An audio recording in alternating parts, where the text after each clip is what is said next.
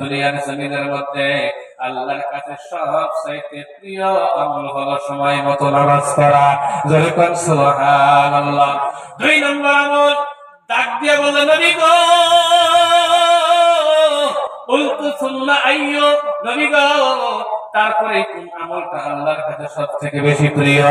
হলো রাসূলুল্লাহ সাল্লাল্লাহু আলাইহি ওয়াসাল্লাম নবী ডাক দিয়ে বললেন আব্দুল্লাহ, ও আব্দুল্লাহ ইবনে মাসউদ তুমি শুনে নাও আল্লাহর কাছে তারপরে সবথেকে প্রিয় আমল হলো দুনিয়াতে বাবা মার খেদমত করা। বলে কোন সুবহানাল্লাহ। এ বন্ধু এই মাহফিলে বহুতের বাবা মা দুনিয়ার জমিন ছেড়ে বিদায় হয়ে কবরে চলে গেছে, আছে না নাই? কার কার বাবা নাই, কার যেন মা নাই। ঈদের দিন সকালবেলা হলে মা সুন্দর করে গোসল করাইয়া দিত রে বন্ধু। বাবা হাতটা ধরে ধরে ঈদের ময়দানের মধ্যে নিয়ে যাইতো, এমন আছে না নাই? এ বন্ধু বাড়িতে গেলে আজকে সেই মা কেউ দেখা পাবে না, বাড়িতে গেলে আজকে সেই বাবা কেউ দেখতে পারবে না। কথা বলেন ঠিক না ঠিক? যার বাবা মা বেঁচে আছে আমি আপনাদের পা ধরতে ধরিয়ে ধরে বলে দুনিয়ার জমিনের মধ্যে যাদের মা বাবা বেঁচে আছে বন্ধু মা বাবাকে কাঁদাইও না। দুনিয়ার মধ্যে মা বাবাকে কাঁদাইন না রে বন্ধু। দুনিয়ার জমিনে আপনার বাবা যদি আপনার উপরে নারাজ থাকে, আপনার মা যদি আপনার উপরে নারাজ থাকে রে বন্ধু, আল্লাহর নবী বলেন হুমা নারুকা হুমা জান্নাতুকা। জয় কোন সুবহানাল্লাহ।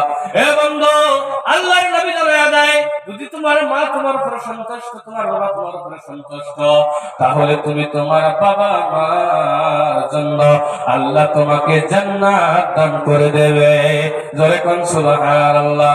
যদি তোমার বাবা মা দুনিয়ার জমিনের মধ্যে তোমার উপরে নারাজ, তোমার উপরে নারাজ, তোমার উপরে যদি খুশি হয়ে যায়, দুনিয়ার জমিনের মধ্যে তোমার বাবা মা তোমার উপরে খুশি হয়ে যায় না বন্ধু, একটা কথা মনে রাখবা, আল্লাহ আপনাকে আমাকে জান্নাত দান করে দেবে।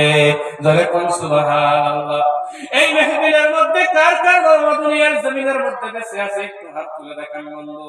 কার কার বাবা মা দুনিয়ার বুকে বেঁচে আছে একটু হাত তুলে দেখান। কার কার বাবা দুনিয়ার বুকে বেঁচে আছে? এ বন্ধু দুনিয়ার জমিনের মধ্যে মা বাবা বড় নিয়ামত, পূর্ণ সম্পদ। মা বাবা বড় নিয়ামত। দুনিয়ার জমিনের মধ্যে যার বাবা মা নাই সেই বুঝে মা বাবা কত বড় সম্পদ। এ বন্ধু সারা দুনিয়ার মোহাব্বত এক জায়গায় করবে, সারা দুনিয়ার মোহাব্বত যদি এক জায়গার মধ্যে করা হয় বন্ধু, মায়ের মোহাব্বতের মতো মোহাব্বত দুনিয়ার মধ্যে কেউ করে না। কথা কোন ঠিক না? এ বন্ধু আমরা যখন মায়ের পেটের মধ্যে ছিলাম রে বন্ধু, পেটের মধ্যে লাথি মারতাম, মা জনম দুঃখী দুনিয়ার জমিনের মধ্যে এমন হয়ে যাইতো বিছানা থেকে ঝাঁপ দিয়ে উঠে পড়ে দুনিয়ার জমিনের মধ্যে দরওয়াজার সামনে এসে দাঁড়ায় যাইতো। এ বন্ধু মা দুনিয়ার জমিনের মধ্যে বড় কষ্ট করে। এ বন্ধু দুনিয়ার জমিনের মধ্যে যখন সন্তান ভূমিষ্ঠ হয় ওই কষ্ট যদি কোনো পুরুষকে দেওয়া যায় তোরে বন্ধু, দুনিয়ার মধ্যে কোনো পুরুষই সহ্য করতে পারতো না, দুনিয়ার মধ্যেই শহীদ হয়ে যেত। জোরে কোন সুবহানাল্লাহ। এ বন্ধু এত কষ্ট করার পর সন্তানকে ভূমিষ্ঠ করে মা, আজকে তুমি যুবক, সেই মাকে কেমন করে চোখ রাঙিয়ে কথা বলো রে যুবক, সেই মাকে কেন কষ্ট দাও, সেই মাকে তুমি কেমন করে কষ্ট দাও রে যুবক। এ যুবক পায়ের মধ্যে হাত রেখে বলে যায় দুনিয়ার জমিনের মধ্যে তুমি যদি তোমার মাকে মোহাব্বত করতে পারো, তোমার বাবাকে মোহাব্বত করতে পারো, তোমার বাবা মা যদি দোয়া করে দুনিয়ার মধ্যে তুমি কোন জায়গায় তোমাকে আল্লাহ ঠেকাবে না। জোরে কোন সুবহানাল্লাহ। সারা পৃথিবীর মানুষ একদিকে চলে যাবে, যদি তোমার বাবা মার দোয়া তোমার উপরে থাকে এবং দুনিয়ার কোন মানুষ তোমার বিপক্ষে যেতে পারবে না। জোরে কোন সুবহানাল্লাহ। এ বন্ধু, দুনিয়াতে মা বড় সম্পদ, বাবা বড় সম্পদ। দুনিয়ার জমিনের মধ্যে যখন কোন সন্তান বাড়ি থেকে বাহির হয়ে যায়, কোন সন্তান যখন বাড়ি থেকে বাহির হয়ে কোথাও চলে যায়, আচ্ছা বলেন তো, সন্তান বাড়িতে না আসা পর্যন্ত কোন মা কিন্তু জমিনের মধ্যে ঘুমায় না। কথা বলেন ঠিক না ঠিক? আজকে যাদের মা দুনিয়াতে নাই, তাদের জন্য কিন্তু কেউ অপেক্ষা করে না। কথা বলেন ঠিক না ঠিক? জমিনের মধ্যে সকলেই ঘুমিয়ে যায়, দুনিয়ার মধ্যে মা যাদের আছে তারা দেখবেন বাড়িতে না আসা পর্যন্ত কোন মা কিন্তু দুনিয়ার জমিনের মধ্যে ঘুমায় না রে বন্ধু। এ বন্ধু, আল্লাহর নবীজি মাঝে মাঝে হুক হুক হুক হুক করে কাঁদতে, সাহাবারাও নবীর সঙ্গে কাঁদতেন। নবীজি বলতেন, সাহাবারে তোমরা কেন কান্দো, তোমরা কেন কান্দো? সাহাবারা বলতেন, নবী গো আপনি কি জন্য কান্দেন? আমরা আপনার কান্না সহ্য করতে পারি না। ও নবী আপনি কেন কান্দেন? নবীজি চোখের পানি মুছতেন আর বলতেন, সাহাবারে আমার মায়ের কথা আমার মনে পড়ে গেছে। আমার মা আমাকে কত মহব্বত করতো, গালের মধ্যে চুমা খাইতো, আমার মা কত জড়ায় ধরতো আমারে। আমার মায়ের মহব্বতের কথা মনে পড়ে গেছে রে সাহাবা। আমার যদি মা বেঁচে থাকতো, দুনিয়ার জমিনের মধ্যে আমি মানুষদেরকে দেখাইয়া দিয়ে যাইতাম, আমার উম্মতদেরকে আমি দেখাইয়া দিয়ে যাইতাম রে সাহাবা। দুনিয়ার মধ্যে মার খেদমত কেমন করে করা লাগে, জোরে কোন সুবহানাল্লাহ। এ বন্ধু, মায়ের দোয়া কত বড় সম্পদ, মায়ের দোয়া কত বড় সম্পদ। দুনিয়ার জমিনের মধ্যে হযরত আল্লাহর নবী সাল্লাল্লাহু আলাইহি ওয়াসাল্লাম হযরত ওমরকে ডাক দিয়ে বললেন, ওমর ও ওমর। আবার হযরত আলীকেও ডাক দিয়ে বললেন, দুইজন সাহাবাকে ডাক দিয়ে বললেন, ওমর আমি যখন দুনিয়ার জমিন ছেড়ে বিদায় হয়ে যাব, আমার বিদায় হয়ে যাবার পর একটা আমার উম্মত আসবে, ওই উম্মতের কাছ থেকে তোমরা আমার উম্মতের জন্য দোয়া চেয়ে নিও। জোরে কোন সুবহানাল্লাহ। আমার ওই উম্মত আল্লাহর কাছে যা দোয়া করবে, আমার আল্লাহ আমার উম্মতের সকল দোয়া কবুল করে নেবে। এই মানুষটা কোন ছোট মানুষ নাকি বলেন?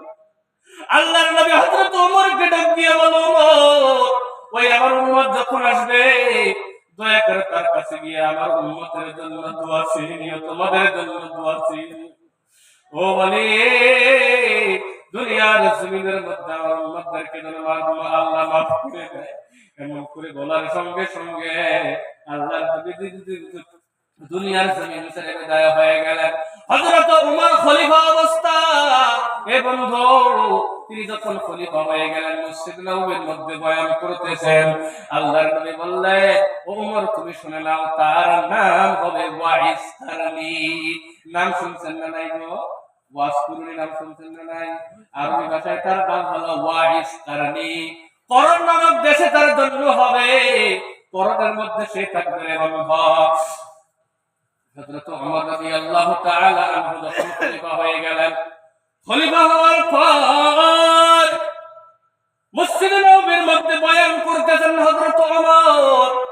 ডাক দিয়ে বললেন, করম থেকে কোন মানুষ আসছেন নাকি? একজন যুবক বান্দা দাঁড়ায় বলে, হুজুর আমি আসছি করম থেকে। ডাক দিয়ে বললেন, ভাই আপনাদের এলাকার মধ্যে ওয়াইস নামের কোন মানুষ আছে নাকি বলেন? ডাক দিয়ে বললেন, হুজুর ওই মানুষটা তো বড় পাগল, দুনিয়ার মধ্যে কোনো জ্ঞান তার, ভালো জ্ঞান তার নাই, সাদা সিধা মানুষ, মানুষের গরু গরু বকরি সরাইয়া সরাইয়া শিখায়। ও হুজুর ওই মানুষটা দুনিয়ার মধ্যে একটু হালা ভোলা মানুষ, দুনিয়ার মধ্যে একটু বোধাই টাইপের মানুষ, একটু সাহস সরল মানুষ। ডাক দিয়া বলল, আল্লাহর বান্দা তুমি শুনে নাও, শুনে নাও, দুনিয়ার জমিনের মধ্যে ওই মানুষটা পাগল না, দুনিয়ার মধ্যে তুমি সবথেকে বড় পাগল। কথা বলেন ঠিক না ঠিক? যেই মানুষটার কথা আমার নবীজি এত সুন্দর করে বলে দিয়েছেন, আমার ওই উম্মত যা দোয়া করবে আল্লাহ সব দোয়া কবুল করে নেবে। জোরে কোন সুবহানাল্লাহ।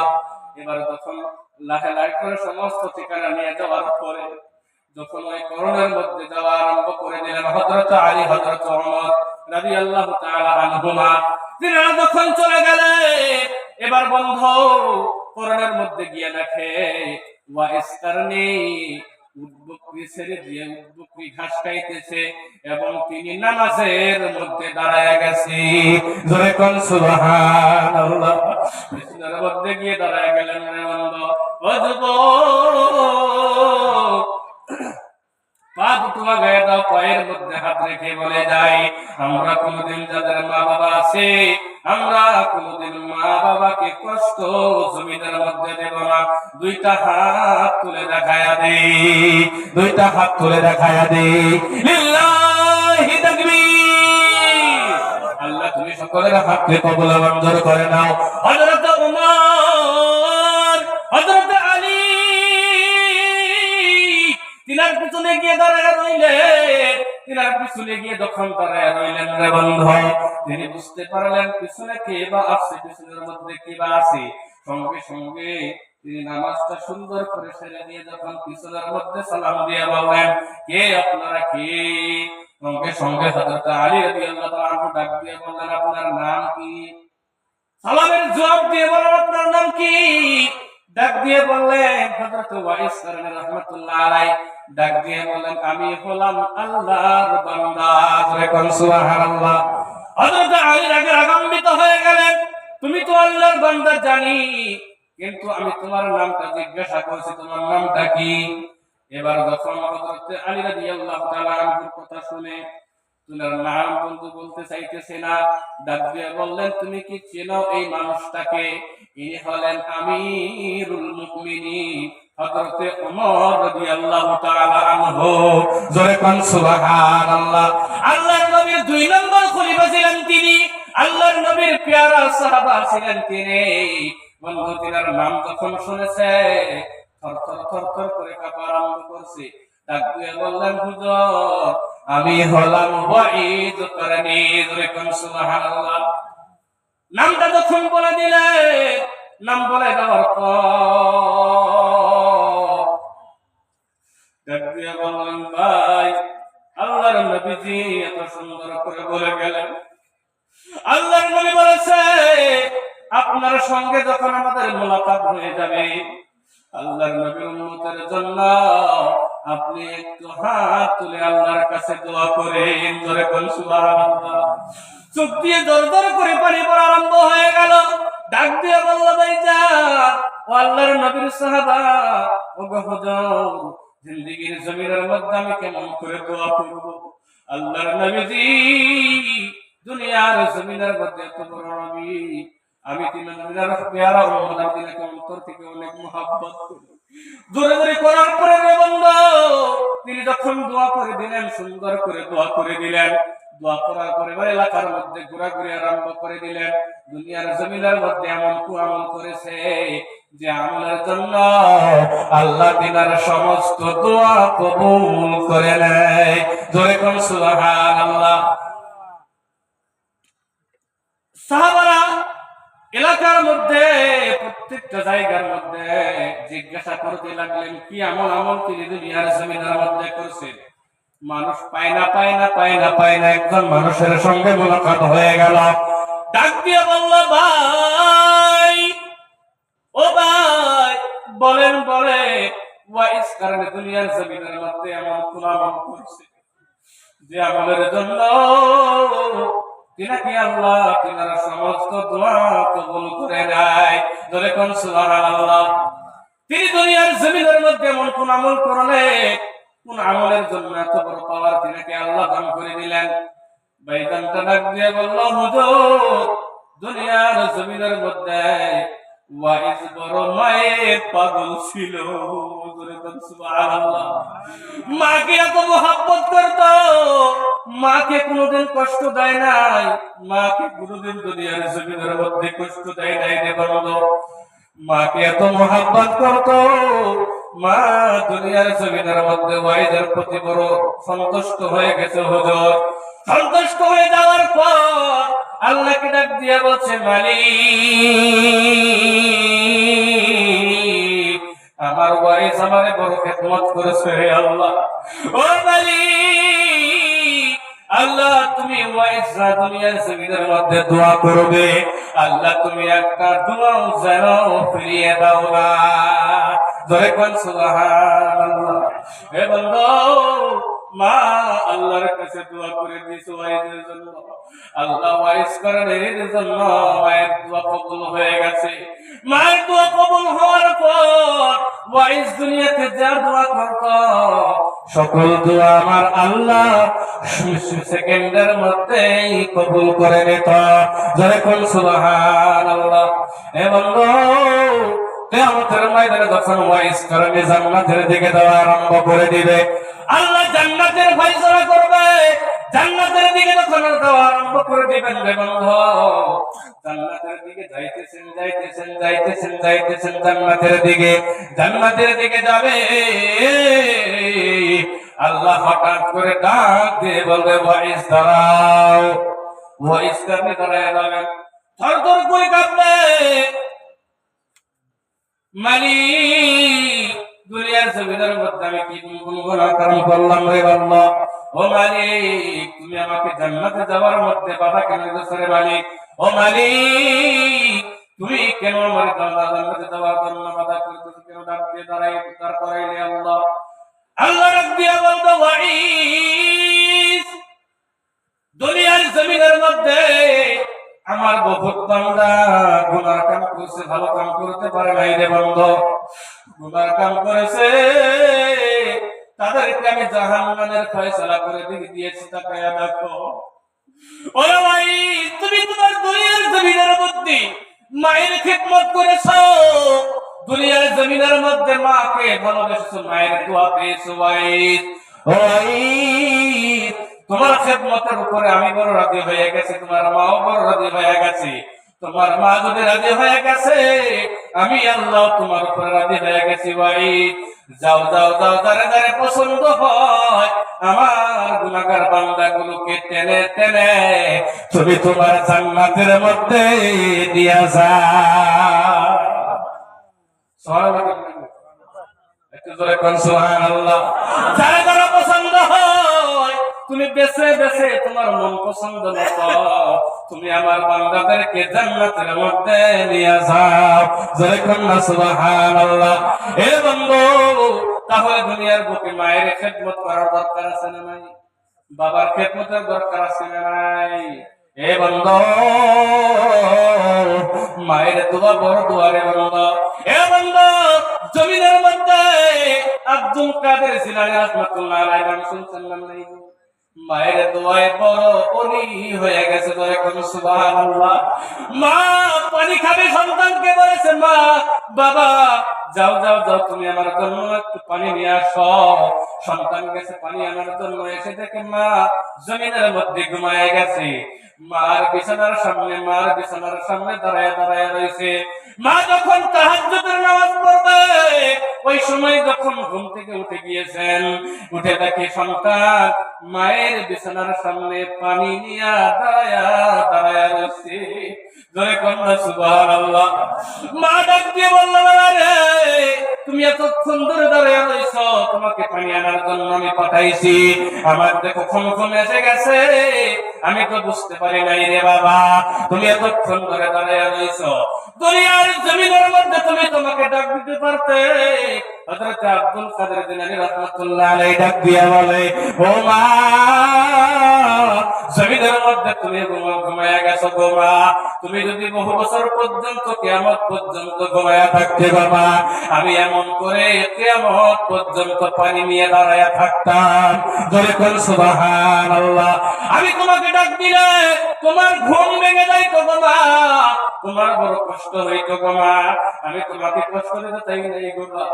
এমন করে দোয়া প্রমাণ করে বলার সঙ্গে সঙ্গে আল্লাহর কাছে হাত উত্তোলন করে বলে, মালিক ও আমার আল্লাহ,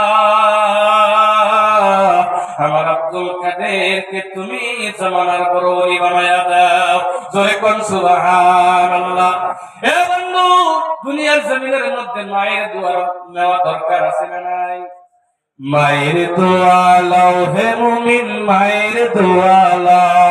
তোমরা সবাই মায়ের দোয়া লাও হে মুমিন, মায়ের দোয়া লাও। বিপদে পড়বে না তুমি যখন যেটাই যাও, বিপদে পড়বে না তুমি যখন যেটাই যাও। মায়ের দোয়া লাও হে মুমিন, মায়ের দোয়া লাও। মায়ের দোয়া লাও হে মুমিন, মায়ের দোয়া লাও। আল্লাহ সকলকে আমার করার তৌফিক দান করুক। সকলে বলেন আমিন। জোরে বলেন আমিন।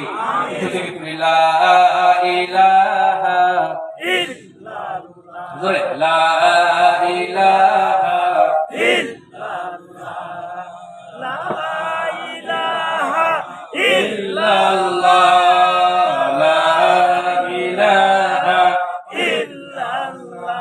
জোরে লা ইলাহা ইল্লাল্লাহ। লা ইলাহা ইল্লাল্লাহ। লা ইলাহা ইল্লাল্লাহ। জোরে লা ইলাহা ইল্লাল্লাহ। লা ইলাহা ইল্লাল্লাহ মুহাম্মাদুর রাসূলুল্লাহ। জোরে বলেন সাল্লাল্লাহু আলাইহি ওয়াসাল্লাম। আর কি জোরে বলেন সাল্লাল্লাহু আলাইহি ওয়াসাল্লাম। বন্ধু, আমার দুনিয়ার জমিনের মধ্যে মায়ের খেদমত বড় দরকার আছে। কথা বলেন ঠিক না ঠিক? কাবা ঘরের বর্তমান ইমাম একজন ইমাম রয়েছে, যার নাম হলো ইমাম আল কালবানি। নাম কি গো? ইমাম আল কালবানি। তিনি ডাক দিয়ে বলে, ও পৃথিবীর মানুষ, তোমরা শুনে নাও, আমি আমার মায়ের বদদুয়ায় কাবা ঘরের ইমাম হয়ে গেছি। জোরে কন্যা সুবহানাল্লাহ। দুনিয়ার জমিনে আমি আমার মায়ের বদদুয়ায় কাবা ঘরের ইমাম হয়ে গেছি। ও বন্ধু, দুনিয়ার জমিনের মধ্যে আপনি যত আপনার সন্তানকে কোন সময় বদদুয়া করবেন না, এমন দোয়া করবেন আল্লাহ যেন আপনার সন্তানকে দুনিয়ার জমিনের মধ্যে সব থেকে বড় ওলি বানায়া দেয়। আমরা সকলে দোয়া করবো ইনশাআল্লাহ। সকলের সন্তান আছে না নাই? এ বন্ধু,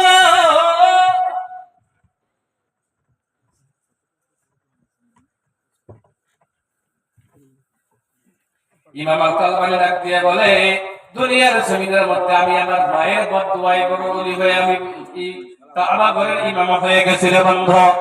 এমন করে বলার পর ডাক দিয়ে বলতেছেন, দুনিয়ার জমিনের মধ্যে আমি ছোট্ট অবস্থায় বড় দুষ্ট ছিলাম। আচ্ছা, আপনাদের মধ্যে ফলোয়ার আছে নাকি? ছোট ছোট বাচ্চারা বড় দুষ্ট টাইপের নাই? ছোট্ট, তিনি যখন ছোট্ট ছিলেন তিনি বলতেছেন, আমি যখন ছোট্ট ছিলাম আমি দুষ্ট প্রকৃতি ছিলাম, খুব পাইজামি করতাম, বদমাশি করতাম। আমার মা আমার সঙ্গে পারতো না, ষড়যন্ত্রী বিশাল দুষ্ট ছিলাম। এমন কোন দুষ্টামি কান্নায় আমার দ্বারা হইতো না।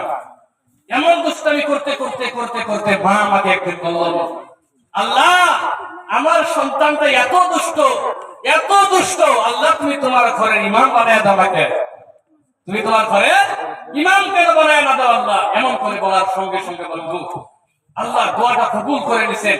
কবুল করার পরে সেই ইমাম আল কালবানি বর্তমান কাবা শরীফের ইমাম। জোরে কোন সুবহানাল্লাহ, জোরে কোন সুবহানাল্লাহ। তাহলে মায়ের দোয়ার দরকার আছে না নাই? বাবার দোয়ার দরকার আছে না নাই? ইনশাআল্লাহ তাদের বাবা মা বেঁচে আছে দুনিয়াতে, আমরা সকলেই বাবা মার খেদমত করব, বাবা মার কথা মতো চলবো, বাবা মার যেভাবে চলতে ভালোবাসেন আল্লাহ, বাবা মা যে কথা বলেন শুধু হালাল হারাম কথা শোনা যাবে না, এখন ঠিক না নাকি? যদি বাবা মা কয় যে নামাজ পড়বে না, শোনা যাবে কি? শোনা যাবে কি? সেটা শোনা যাবে না।